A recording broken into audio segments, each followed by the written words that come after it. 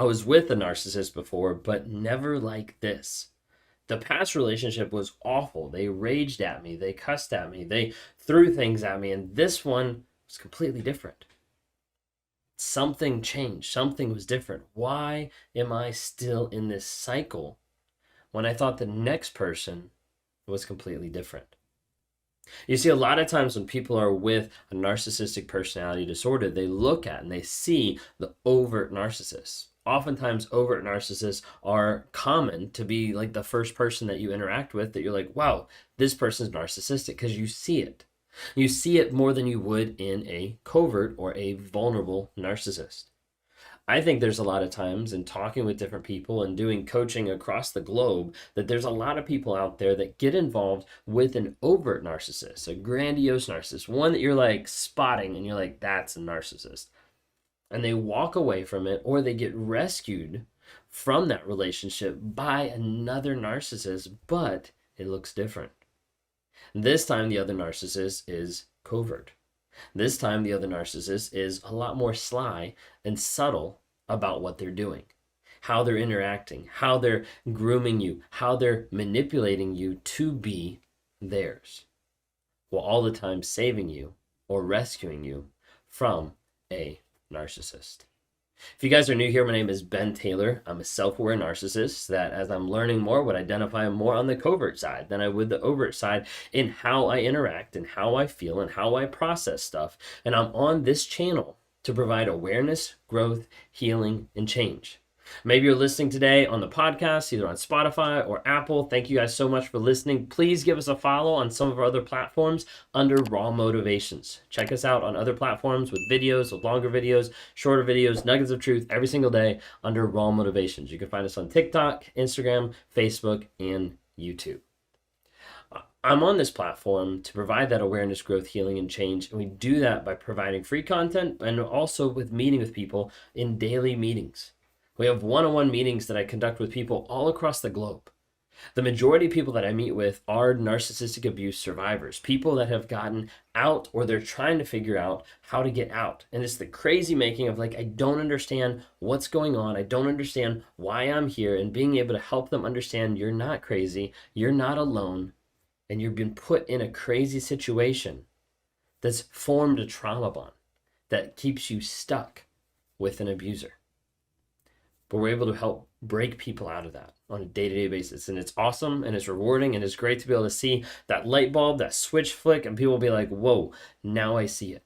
Now I'm able to do my healing, growth, and change even more because I've rewired the story that's in my head. I've changed the aspect of the trauma bond in my head, and I'm able to get free. On a day-to-day basis, I work with people in 3 different areas. One's the trauma bond, breaking free from that toxic mentality of I know they're toxic, but I still want to go back.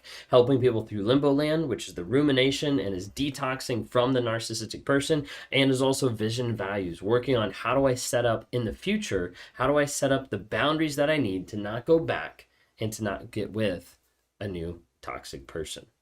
If that's you here today, I would love to be able to talk to you. You can reach out on the link in my bio, or if you're listening or anywhere out there, you can go to rawmotivations.com. Would love to be able to talk to you.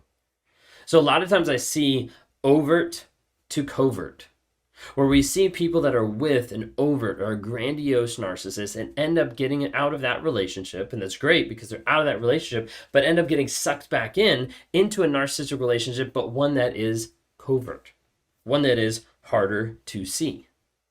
One of the typical ways you can kind of see a little bit of a difference is you'll be with someone that's raging at you, that's yelling, that's screaming, that's throwing things, and you feel that intenseness from them, not understanding like what's going on, why it's going on, and you're just thankful to get out. A lot of times in these cases, you'll have domestic violence. You'll have different types of abuse that are very awful, very manipulative, but are very overt. Like you see it happening. There's not a question of like, did they mean it this way? Did they not mean it this way? Like, no, like they threw something at your head. So that means aggression, that kind of a thing. And then covert on the other side, a lot of times you see more of the passive aggressive, the small, subtle digs that they put in that slowly over time put you in the same type of state as you were with the overt person, the same type of like thought process of it's not safe for me to talk here. It's not safe for me to express my feelings. It's not safe for anything in this relationship because of the abuse that's going on. Coverts are a lot harder to find.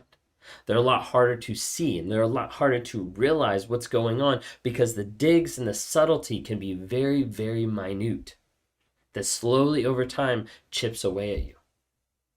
Reactive abuse you see on both sides. You see it if you're in an overt relationship or if you're in a covert relationship.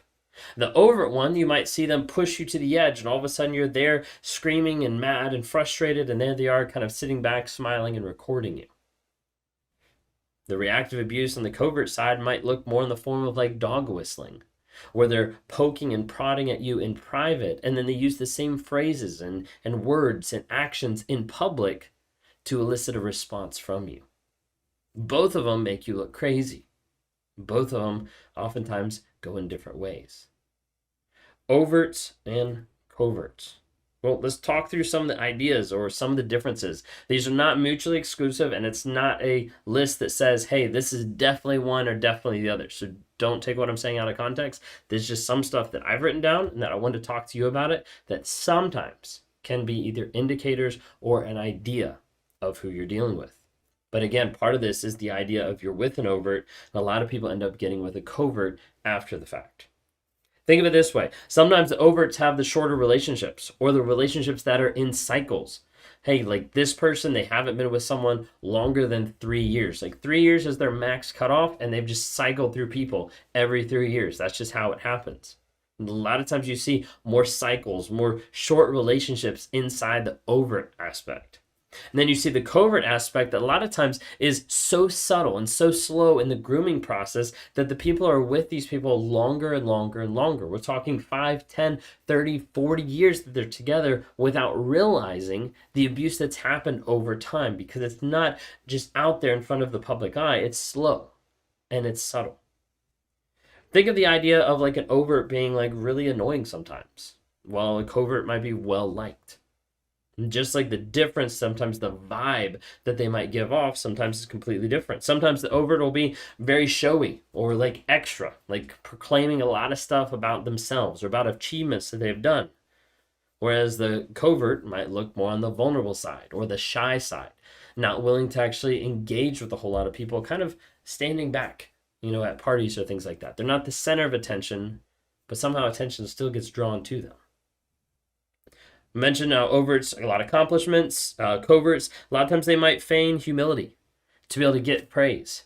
Like, oh, that wasn't that big of a deal. And because they want that, but they don't want to reveal the overt feeling of like, hey, you should praise me. Grandiose ego happens with both. The difference is how it's shrouded. How it's different with the two is you have grandiose ego that's very out, boisterous, like sometimes like in your face, like the grandiose, like overt, the ego is still there where they think that they're the best.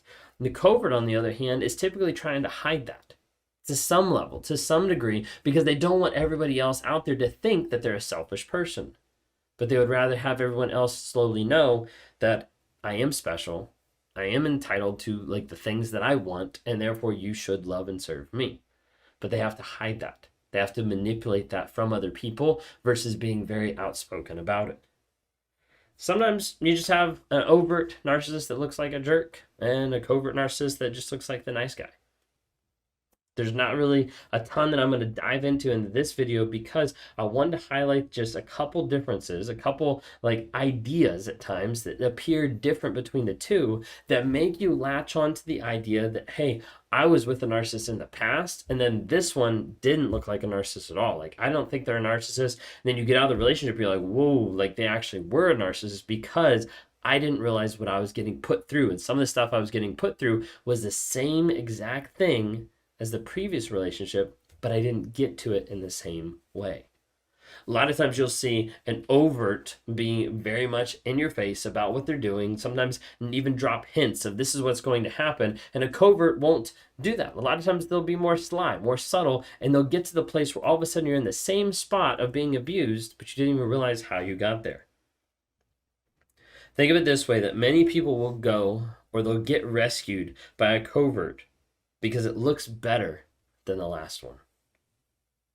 The thing you have to realize is if you're just going from relationship to relationship, or if you're getting out of relationship by getting saved by another one, a lot of times what happens is you open yourself up for the possibility of getting hurt even more. One, because you're vulnerable, and two, because you might not be thinking or seeing that clearly. But running into another relationship oftentimes causes its own issues, its own problem, its own baggage that you bring into the next relationship. And if that's not a healthy person, all that baggage can be used against you. So please be careful, because oftentimes people will come out of an overt relationship and they will get rescued by a covert just because they think that that person is better.